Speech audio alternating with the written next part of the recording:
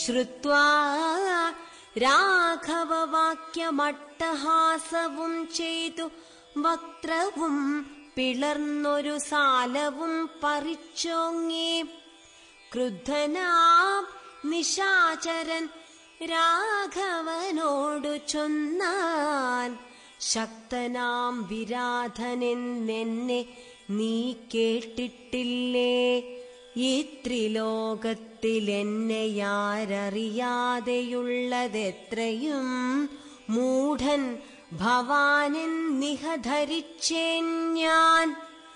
മദ്ഭയം നിമിത്തമായി താപസരെല്ലാം ഇപ്പോൾ ഇപ്രദേശത്തെ വെടിഞ്ഞൊക്കവേ ദൂരെ പോയാർ.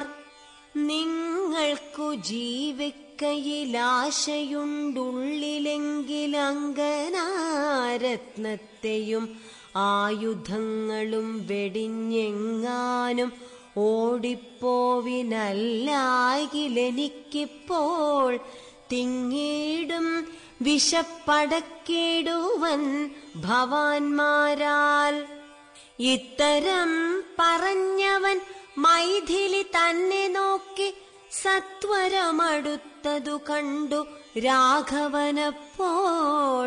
പത്രികൾ കൊണ്ടു തന്നെ ഹസ്തങ്ങളറുത്തപ്പോൾ ക്രുദ്ധിച്ചു രാമം പ്രതി. വക്ത്രവും പിളർന്നതി സത്വരം നത്തഞ്ചരനടുത്താനതു നേരമസ്ത്രങ്ങൾ കൊണ്ടു ഖണ്ഡിച്ചിടിനാൻ പാദങ്ങളും. ബദ്ധരോഷത്തോടവൻ പിന്നെയുമടുത്തപ്പോൾ ഉത്തമാംഗവും മുറിച്ചിടിനാനെയ്തുരാമൻ. ഇനി ഇവിടെ വിരാധവധമാണ്. ആരാണ് ഈ വിരാധൻ? വീരാധൻ അല്ലെങ്കിൽ വീരാധൻ എന്ന വാക്കാണ് അവിടെ ഉപയോഗിക്കുന്നത്. വി എന്ന് വെച്ചാൽ വികൃതി, വി എന്ന് വെച്ചാൽ വികർമ്മം, രാ എന്ന് വെച്ചാൽ രാത്രി, തൻ അല്ലെങ്കിൽ ധൻ. അതായത് ഇന്ന് മനുഷ്യൻ വികർമ്മങ്ങളിലൂടെ കലിയുഗമാകുന്ന അജ്ഞതയിൽപ്പെട്ട് സമ്പാദിച്ച ധനം, അതിലൂടെ ഉണ്ടാക്കപ്പെട്ട പോഷക ശരീരം, ഇതാണ് ഇന്ന് നമ്മുടെ മുന്നിൽ വന്നു നിൽക്കുന്നത്. ഇവയെ നിശേഷം ഇല്ലാതാക്കുകയാണ് ചെയ്യുന്നത് ശ്രീരാമനും. വിവേകം, ലക്ഷ്മണൻ, ത്യാഗം, സീത, പവിത്രത. ഏത് ആത്മാവിലാണോ ഈ 3 ഗുണങ്ങളും ഉള്ളത്, അവർ ഒരിക്കലും ഇങ്ങനെ ഉള്ളതിനെ കണ്ട് പേടിക്കുന്നില്ല. അവരുടെ മുന്നിൽ വിരാധനെ പോലെയുള്ള ഏത് ആസുരീയ സ്വഭാവങ്ങൾ വന്നാലും അതിനെ നിശേഷം ഇല്ലാതാക്കുകയാണ് ചെയ്യുന്നത്. നമുക്കും ഇന്ന് കാണാൻ കഴിയും, കലിയുഗത്തിൽ കാണുന്ന ആഡംബരങ്ങൾ, കലിയുഗത്തിൽ കാണുന്ന പുരോഗമനങ്ങൾ ആത്മാവിൻ്റെ തളർച്ചയ്ക്കാണ് ആധാരമായിരിക്കുന്നത്. ബാഹ്യമായ വളർച്ചയാണെങ്കിലും ആത്മീയമായ തളർച്ചയാണ് അവിടെ ഉദ്ദേശിക്കുന്നത്. ഇന്ന് ഈ കാണുന്ന പുരോഗമനങ്ങൾ നോക്കുമ്പോൾ പാപകർമ്മങ്ങൾ ചെയ്ത് മനുഷ്യൻ വികർമ്മത്തിനും വികൃതിക്കും അടിമപ്പെട്ട് അജ്ഞതയ്ക്ക് വശപ്പെട്ടുണ്ടാക്കിയ ധനം, അതിലൂടെ വളർത്തിയ ശരീരമാണ്. അതിനെയാണ് വധിക്കുന്നത് രാമലക്ഷ്മണന്മാർ. പഞ്ചവടി തന്നിലമാറു സീതാ ലക്ഷ്മണ സമേതനായി പർണശാലയും തീർത്തു ലക്ഷ്മണൻ മനോജ്ഞമായി. പർണപുഷ്പങ്ങൾ കൊണ്ടു തൽപ്പവുമുണ്ടാക്കിനാൻ. ഉത്തമ ഗംഗാ നദിക്കുത്തരതീരെ പുരുഷോത്തമൻ വസിച്ചിതു ജാനകീ ദേവിയോടും. കദളീപന സാമ്രാജ്യഖില ഫലവൃക്ഷാവൃത കാനനെ ജനസമ്പാദ വിവർജിതേ നിരുജസ്ഥലേ വിനോദിപ്പിച്ചു ദേവി തന്നെ ശ്രീരാമനയോധ്യയിൽ വാണതുപോലെ വാണാൻ. ഫലമൂലാദികളും ലക്ഷ്മണൻ അനുദിനം പലവും കൊണ്ടുവന്നു കൊടുക്കും പ്രീതിയോടെ. രാത്രിയിലുറങ്ങാതെ ചാപ ബാണവും ധരിച്ചാസ്തയാക രക്ഷാർത്ഥമായി നിന്നീടും ഭക്തിയോടെ. സീതയെ മധ്യയാക്കി മൂവരും പ്രാതകാലെ ഗൗതമി തന്നിൽ കുളിർച്ചർക്യവും കഴിച്ചുടൻ പോരുമ്പോൾ സൗമിത്രി പാനീയവും കൊണ്ടുപോരും. വാരം വാരം പ്രീതി പൂണ്ടിങ്ങനെ വാഴും കാലം. ഇവിടെ ഇവർ പഞ്ചവടിയിലേക്ക് പ്രവേശിക്കുകയാണ്. പഞ്ചവടി എന്നതിന്റെ ആധ്യാത്മിക അർത്ഥം പഞ്ചഭൂതങ്ങളാൽ നിർമ്മിതമായ ഈ ലോകത്തിന് അടിമപ്പെട്ടു പോകുക എന്നതാണ്. പഞ്ചേന്ദ്രിയങ്ങൾക്ക് അടിമപ്പെട്ടുപോയി, അതായത് പൂർണ്ണമായും ദേഹബോധത്തിൽപ്പെട്ട് വിനോദിക്കുന്നതാണ് സീത എന്ന് പറയുന്നത്. പക്ഷേ ലക്ഷ്യമാകുന്ന ലക്ഷ്മണൻ മാത്രം എപ്പോഴും ഉണർന്നിരിക്കുകയാണ് ഇവിടെ. അതായത് കലിയുഗത്തിൽ നമ്മൾ നോക്കുമ്പം ബാഹ്യമായ എല്ലാ സുഖ സൗകര്യങ്ങളും ഉണ്ട്, എങ്കിലും മനുഷ്യന്റെ ഉള്ളിൽ ലക്ഷ്യമുണ്ട്.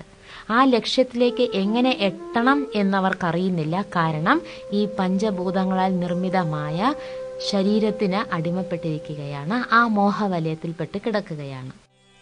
ഭാനുമണ്ഡല സഹസ്രോജ്വലം രാമനാഥം ഭാനുഗോത്രജം ഭവഭയനാശനം പരം മാനവവീരം മനോമോഹനം മായാമയം മാനസഭവസമം മാധവം മധുഹരം ജാനകിയോടും കൂടെ വാണിടുന്നതു കണ്ടു മീനകേയേതന ബാണപീഡിതയാളേറ്റം സുന്ദരവേഷത്തോടും മന്ദഹാസവും പൊഴിഞ്ഞിന്ദിരാവരനോടു മന്ദമായുര ചെയ്താൾ. ഇവിടെ ശൂർപ്പണഖ ഇച്ഛയുടെ പ്രതീകമാണ്.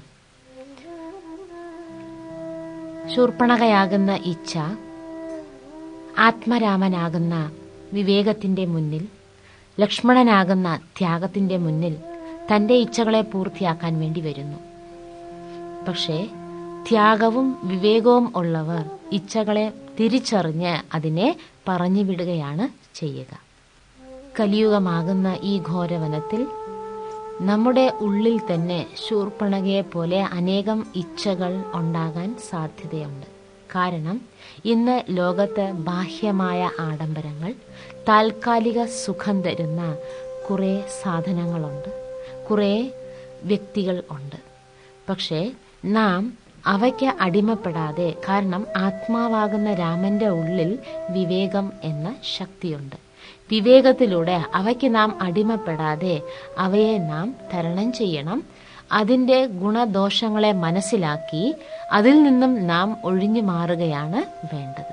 സാരഥി തന്നെ കൊന്നു, തുരകങ്ങളെ കൊന്നു, തേരുമെപ്പേരും പൊടിപെടുത്തു കളഞ്ഞപ്പോൾ യാതുധാനാധിപതി ശൂലവും കൈക്കൊണ്ടതിക്രോധേന രഘുവരനോടടുത്തിടുന്നേരം ഇന്ദ്രദൈവതമസ്ത്രമയച്ചോരളവു ചെന്നിന്ദ്രാരി തലയറുത്തിടിനാൻ ജഗന്നാഥൻ. വീണിതു ലങ്കാനഗരോത്തരദ്വാരേ തലതൂണി പുക്കിതു വന്നു ബാണവുമതു നേരം. കണ്ടു രാക്ഷസരെല്ലാം ആരുടെ തലയെന്നു കുണ്ഠഭാവേന നിന്നു സംശയം തുടങ്ങിനാർ. ഖരദൂഷണത്രിശിരാക്കളെല്ലാം നിശാചരവരരും 14,000 മരിച്ചിതു നാഴിക 3:45 കൊണ്ടു രാഘവൻ തന്നാലൂഴിയിൽ വീണാളല്ലോ രാവണ ഭഗിനിയും. ഖരൻ ശൂർപ്പണഖയുടെ സഹോദരനാണ് ദൂഷണൻ. ഖരൻ എന്ന് വെച്ചാൽ തിന്മയുടെ പ്രതീകമാണ്, ദൂഷണൻ എന്ന് വെച്ചാൽ ദുഷ്പ്രവൃത്തിയാണ്. അതായത് എപ്പോഴാണോ ആത്മാവാകുന്ന രാമൻ, അതായത് വിവേകം, ത്യാഗം, പവിത്രത, ഇത് 3 കലിയുഗമാകുന്ന ഘോരവനത്തിൽ പ്രവേശിക്കുന്നത്. അപ്പോൾ ഇതുപോലെയുള്ള രാക്ഷസ ഗുണങ്ങൾ നമ്മുടെ ഉള്ളിൽ നിന്നും പുറത്തു വരാൻ തുടങ്ങും. പക്ഷെ നമ്മുടെ ലക്ഷ്യം നമ്മൾ മറക്കുന്നില്ല. ഖരൻ എന്ന് പറയുന്ന തിന്മയെയും ദൂഷണൻ എന്ന് പറയുന്ന ദുഷ്പ്രവൃത്തിയെയും വിവേകം കൊണ്ട് തിരിച്ചറിഞ്ഞ് അതിനെ നിശേഷം ഇല്ലാതാക്കുകയാണ് ഇവിടെ നാം ചെയ്യേണ്ടത്. മൂഢൻ ഭവാൻ പ്രമത്തൻ പാനസക്തൻ സ്ത്രീജിതനതിഷഠനെന്തറിഞ്ഞിരിക്കുന്നു. രാജാവെന്നെന്തുകൊണ്ടു ചൊല്ലുന്നു നിന്നെ വൃഥാ. ചാരചക്ഷുസ്സും വിചാരവുമില്ലേതും നിത്യം നാരീസേവയും ചെയ്തു കിടന്നീടെല്ലായ്പ്പോഴും. കേട്ടതില്ലയോ ഖരദൂഷണത്രിശിരാക്കൾ കൂട്ടമേ 14,000 മുടിഞ്ഞതും. പ്രഹരാർദ്ധേന രാമൻ വേഗേന ബാണഗണം പ്രഹരിച്ചൊടുക്കിനാൻ. എന്തൊരു കഷ്ടമോർത്താൽ. ഇങ്ങനെ ഉള്ളിന്റെ ഉള്ളിലുള്ള ഓരോ തിന്മകളെയും വിവേകം കൊണ്ട് തിരിച്ചറിഞ്ഞ് നശിപ്പിച്ചു വരികയാണ്. രാവണൻ ആരാണ്? രാവണൻ എന്തിന്റെ പ്രതീകമാണ്? രാവണന് 10 തലയാണ് കാണിച്ചിരിക്കുന്നത്. അതും ഈ 10 തലയും നേരെയാണ് കാണിച്ചിരിക്കുന്നത്. ബ്രഹ്മാവിന് 4 ദിശകളിലേക്കാണ് തലകൾ കാണിച്ചിരിക്കുന്നത്. പക്ഷെ ഈ രാവണന്റെ 10 തലയും നേരെയാണ്. രാവണൻ എന്ന വാക്കിന്റെ അർത്ഥം തന്നെ വികാരം എന്നാണ്. 5 വികാരം സ്ത്രീയുടെയും 5 വികാരങ്ങൾ പുരുഷന്റെയുമാണ് ഈ രാവണന്റെ 10 തല. രാവണന്റെ കയ്യിൽ ഒരു ഭാഗത്ത് വേദശാസ്ത്രങ്ങൾ കാണിച്ചിട്ടുണ്ടെങ്കിലും മറുഭാഗത്ത് കാണിച്ചിരിക്കുന്നത് ആയുധങ്ങളാണ്. അതായത് ഇന്ന് മനുഷ്യൻ കുറെ വേദ പുരാണ ഇതിഹാസ ഗ്രന്ഥങ്ങൾ വായിക്കുന്നുണ്ടെങ്കിലും മറുഭാഗത്ത് ഉള്ളിന്റെ ഉള്ളിൽ യുദ്ധം ചെയ്തുകൊണ്ടിരിക്കുകയാണ് ചെയ്യുന്നത്. കാരണം പഞ്ചവികാരങ്ങളാണ് ഉള്ളിൽ കിടക്കുന്നത്. രാവണന്റെ തലയിൽ കഴുതയുടെ ചിഹ്നമാണ് കിരീടത്തിൽ കാണിക്കുന്നത്. അതായത് ഇന്ന് മനുഷ്യന്റെ ബുദ്ധി കഴുതയ്ക്ക് സമമായിരിക്കുകയാണ്. കഴുതയെ എത്ര തന്നെ അലങ്കരിച്ച് നാം പുറത്ത് വിട്ടാലും വീണ്ടും അത് ചെടിയിൽ കിടന്ന് പുരളുകയാണ്. അതായത് മനുഷ്യൻ ഇന്ന് എന്തു തന്നെ ആത്മാവിനെ അലങ്കരിപ്പിക്കാനുള്ള അറിവ്, ജ്ഞാനം, ഗുണങ്ങള്, ശക്തികൾ കിട്ടിയാൽ വീണ്ടും ദേഹം എന്ന ചെടിയിൽ കിടന്ന് ഉരുളുകയാണ് ചെയ്യുന്നത്. അതുകൊണ്ട് എല്ലാ വികാരങ്ങളുടെയും തല എന്ന് പറയുന്നത് രാവണൻ തന്നെയാണ്. ഇന്ന് ഈ ലോകം മുഴുവനും രാവണന്റെ രാജ്യമാണ്. അതായത് പഞ്ചവികാരങ്ങളുടെ പിടിയിലാണ് ഇന്ന് ഈ ലോകമുള്ളത്. രാവണൻ ശ്രീലങ്കയെ ഭരിച്ചിരുന്നു എന്നാണ് പറയുന്നത്. ശ്രീലങ്ക ഒരു ദ്വീപാണ്. ഇന്ന് മുഴുവൻ ലോകവും നമ്മൾ എടുക്കുകയാണെങ്കിൽ ഏകദേശം 75% വെള്ളമാണ്, 25% മാത്രമേ കരയുള്ളൂ. അതായത് ഇന്ന് മുഴുവൻ ലോകവും ഒരു ദ്വീപാണ്.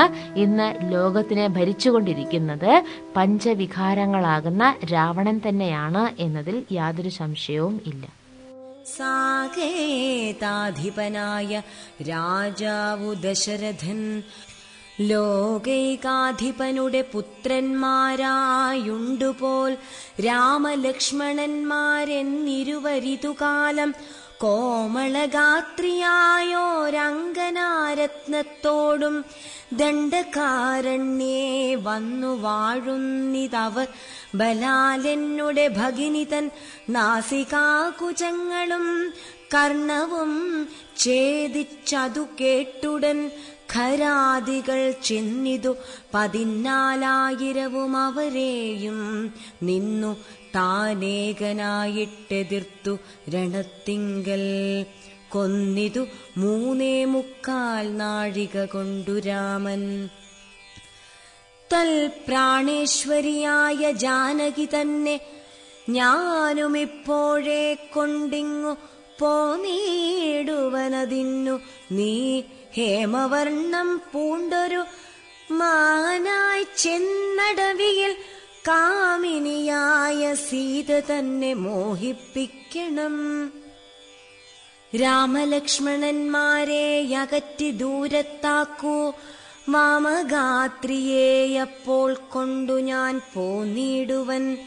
നീ മമ സഹായമായിരിക്കിൽ മനോരഥം മാമകം സാധിച്ചിടുമില്ല സംശയമേതും. ഇവിടെ രാവണൻ വിചിത്രമായ ഒരു ശത്രുവാണ്. രാവണന് ബുദ്ധിയുണ്ട്, ശക്തിയുണ്ട്, വേദശാസ്ത്രങ്ങളുടെ ജ്ഞാനമുണ്ട്, കഴിവുണ്ട്, കലയുടെയും വിജ്ഞാനത്തിന്റെയും അറിവുണ്ട്, വിവാദത്തിൽ വിജയിയാണ്. ഭാരതത്തിലെ കലാകാരന്മാർ രാവണനെ അതുപോലെയാണ് ചിത്രീകരിച്ചിരിക്കുന്നത്. 10 തലയും 20 കൈകളും. അതായത് 10 പേരുടെ ബുദ്ധിയാണ് രാവണനുള്ളത്, 20 പേരുടെ കഴിവാണ് രാവണനുള്ളത്. ഇത്രയും കഴിവും ബുദ്ധിയും ഉണ്ടായിരുന്ന രാവണനാണ് ശ്രീരാമന്റെ പത്നിയായ സീതാദേവിയെ മോഷ്ടിച്ചത്. നമുക്കിവിടെ അറിയേണ്ടത് എന്താണെന്ന് വെച്ചാൽ, ഇന്നത്തെ ഈ ലോകവും രാവണന്റെ രാജ്യമാണ്. മനുഷ്യൻ ജാതിയിൽ ഉയർന്നതാണ്. രാവണനെ പോലെ തന്നെയാണ്. നല്ല കഴിവുണ്ട്, 10 പേരുടെ ബുദ്ധിയുണ്ട്, 20 പേരുടെ കഴിവാണ് ഉള്ളത്. വിജ്ഞാനത്തിലും കലയിലും നല്ല നിപുണരാണ്. ഇത്രയെല്ലാം ഉണ്ടായിട്ടും മനുഷ്യർ ഇന്ന് രാവണനെ പോലെ ദുഷ്പ്രവൃത്തിയാണ് ചെയ്യുന്നത്. കാരണം അഹങ്കാരമാണ്. അഹങ്കാരം വരുമ്പോൾ സ്വന്തം ബുദ്ധി നഷ്ടപ്പെടുകയാണ്, അകക്കണ്ണ് അടയുകയാണ്. നമ്മളിവിടെ രാമായണത്തിൽ നോക്കുമ്പോൾ രാവണനെ അറിയാം, രാമ, ലക്ഷ്മണൻ എന്നീ കുമാരന്മാർ സാധാരണ കുമാരന്മാരല്ല, വിവേകമുള്ളവരാണ്, ത്യാഗമനോഭാവം ഉള്ളവരാണ്. അതുകൊണ്ടാണ് കാട്ടിലെ ഒരുപാട് അസുരന്മാരെ അവരെ കൊന്നൊടുക്കിയത്. ഇങ്ങനെയുള്ള കുമാരന്മാരെ നേരിട്ട് ആക്രമിക്കുന്നത് പ്രയാസമുള്ള കാര്യമാണ്. അതുകൊണ്ടാണ് മാരീചനോട് യുക്തിപൂർവം ചതിയിലൂടെ ആ കുമാരന്മാരെ തന്റെ അടുത്തേക്ക് കൊണ്ടുവരാനുള്ള വിവരങ്ങൾ അറിയിക്കുന്നത്.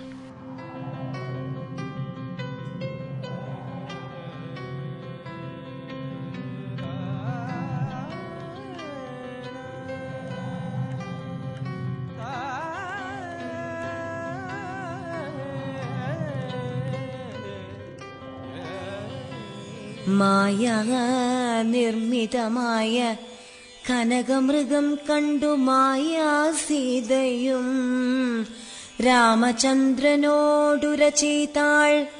ഭർത്താവേ കണ്ടിലയോ കനകമയ മൃഗമെത്രയും ചിത്രം ചിത്രം രത്നഭൂഷിതമിതം. പേടിയില്ലിതിനേതുമെത്രയുമടുത്തു വന്നിടുന്നു, മരുക്കമുണ്ടെത്രയുമെന്നു തോന്നും. കളിപ്പാനതി സുഖമുണ്ടിതു നമുക്കിങ്ങു വിളിച്ചിടുക വരുമെന്നു തോന്നുന്നു നൂനം. പിടിച്ചുകൊണ്ടിങ്ങു പോന്നിടുക വൈകിടാതെ, മടിച്ചിടരുതേതും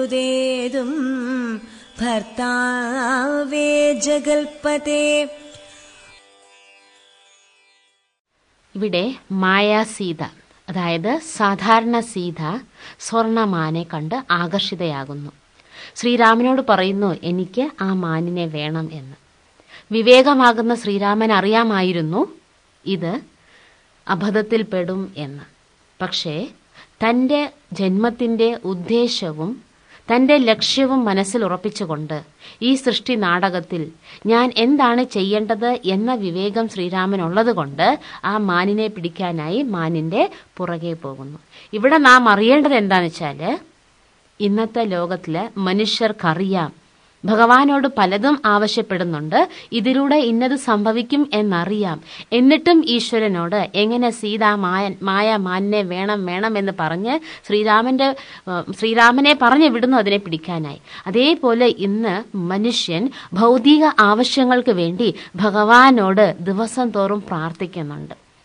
ഇങ്ങനെ പ്രാർത്ഥനയിലൂടെ ഭഗവാനും ഭക്തന്മാരുടെ ആവശ്യങ്ങളെയാണ് പൂർത്തിയാക്കുന്നത്, അല്ലാതെ ആഗ്രഹങ്ങളെ അല്ല പൂർത്തിയാക്കുന്നത്. ആഗ്രഹങ്ങൾ എന്ന് വെച്ചാൽ അത് മായയാണ്. ആവശ്യങ്ങളെന്ന് പറയുമ്പോൾ ഈശ്വരൻ അറിയാം എന്റെ ഭക്തന് എന്ത് കൊടുക്കണം എന്ന്. മായയിൽപ്പെട്ടവരാണ് ഭൗതിക ആവശ്യങ്ങൾക്ക് വേണ്ടി ഭഗവാന്റെ പുറകെ പോകുന്നത്. ഭഗവാനും അവരുടെ ഭൗതിക ആവശ്യങ്ങൾ പൂർത്തിയാക്കാൻ കടമപ്പെട്ടിരിക്കുകയാണ് അവിടെ. അടുത്തു ചെല്ലുന്നേരം വേഗത്തിലോടിക്കളഞ്ഞടുത്തുകൂടായെന്നു തോന്നുമ്പോൾ മന്ദം മന്ദം അടുത്തു വരുമപ്പോൾ പിടിപ്പാൻ ഭാവിച്ചിടും. പടുത്വമോടു ദൂരെ കുതിച്ചു ചാടുമപ്പോൾ ഇങ്ങനെ തന്നെയൊട്ടു ദൂരത്തായതു നേരമെങ്ങനെ പിടിക്കുന്നു. വേഗമുണ്ടിതിനേറ്റം എന്നുറച്ചാശ വിട്ടു രാഘവനൊരു ശരം നന്നായി തൊടുത്തുടൻ വലിച്ചു വിട്ടിടിനാൻ. പൊന്മാനുമതുകൊണ്ടു ഭൂമിയിൽ വീണ നേരം വന്മല പോലെയൊരു രാക്ഷസവേഷം പൂണ്ടാൻ. മാരീചന്റെ നിലവിളി കേട്ട് സീത തെറ്റിദ്ധരിക്കുകയാണ്. കാരണം വിവേകം നഷ്ടപ്പെട്ട ഒരു വ്യക്തിക്ക് ശരിയും തെറ്റും തിരിച്ചറിയാൻ കഴിയാതെ വരുന്നു. അപ്പോഴാണ് സീത ഒരു കുലസ്ത്രീ പറയാൻ പറ്റാത്ത വാക്കുകൾ അവിടെ ഉപയോഗിക്കുന്നത്. അതായത് മായയിൽ കുടുങ്ങിയ ഒരു വ്യക്തിയുടെ മനസ്സ്, വാക്ക്, പ്രവൃത്തി എന്നിവ നീചമാകുകയാണ് ചെയ്യുന്നത്. മായയിൽ കുടുങ്ങിയ ഒരു വ്യക്തിക്ക് ശരിയും തെറ്റും തിരിച്ചറിയാനുള്ള കഴിവില്ലാതെയാകി പോകുന്നു. ഈ വിളി ഭഗവാന്റെയാണോ അതോ തന്റെ മനസ്സിൽ നിന്നും തോന്നുന്നതാണോ അതോ വേറെ ആരുടെയെങ്കിലും ആണോ എന്ന തിരിച്ചറിവാണ് മായയിൽപ്പെട്ട ഒരു വ്യക്തിക്ക് നഷ്ടപ്പെടുന്നത്. ജാനകി അതു കേട്ടു കണ്ണുനീർ തൂകി തൂകി മനസ്സേ വളർന്നൊരു ഖേദകോപങ്ങളോടും ലക്ഷ്മണൻ തന്നെ നോക്കിച്ചൊല്ലിനാളതു നേരം. രക്ഷോജാതിയിലത്രേ നീയുമുണ്ടായി നൂനം, ഭ്രാതൃനാശത്തിനത്രേ കാംക്ഷയാകുന്നു തവ ചേതസി ദുഷ്ടാത്മാവേ ഞാനിതോർത്തിയിലയല്ലോ. രാമനാശാകാംക്ഷിതനാക്കിയ ഭരതന്റെ കാമസിദ്ധ്യർത്ഥമവൻ തന്നെ നിയോഗത്താൽ കൂടെ പോന്നിതു നീയും രാമനു നാശം വന്നാൽ ഗൂഢമായെന്നെയും കൊണ്ടങ്ങു ചെല്ലുവാൻ നൂനം. എന്നുമേ നിനക്കെന്നെ കിട്ടുകയില്ല താനും ഇന്നുമൽ പ്രാണത്യാഗം ചെയ്വൻ ഞാനറിഞ്ഞാലും. ചേതസി ഭാര്യാ ഹരണോദ്യതനായ നിന്നെ സോദര ബുദ്ധ്യാ ധരിച്ചീല രാഘവനേതും. രാമനെയൊഴിഞ്ഞു ഞാൻ മറ്റൊരു പുരുഷനെ രാമപാദങ്ങളാണെ തീണ്ടുകയില്ലയല്ലോ. ഇത്തരം വാക്കു കേട്ടു സൗമിത്രി ചെവി രണ്ടും സത്വരം പൊത്തി പുനരവളോടുര ചെയ്താൻ. നിനക്കു നാശമടുത്തിരിക്കുന്നിതു പാരമെനിക്കു നിരൂപിച്ചാൽ തടുത്തുകൂടാതാനും. ഇത്തരം ചൊല്ലിടുവാൻ തോന്നിയതെന്തേ ചണ്ഡി. ദിഗ്ധിഗത്യന്തം ക്രൂരചിത്തം നാരികൾക്കെല്ലാം. വനദേവതമാരെ പരിപാലിച്ചുകൊള്ളിൻ. മനുവംശാധീശ്വര പത്നിയെ വഴിപോലെ ദേവിയെ ദേവകളെ ഭരമേൽപ്പിച്ചു മന്ദം പൂർവജൻ തന്നെ കാൺമാൻ നടന്നു സൗമിത്രിയും.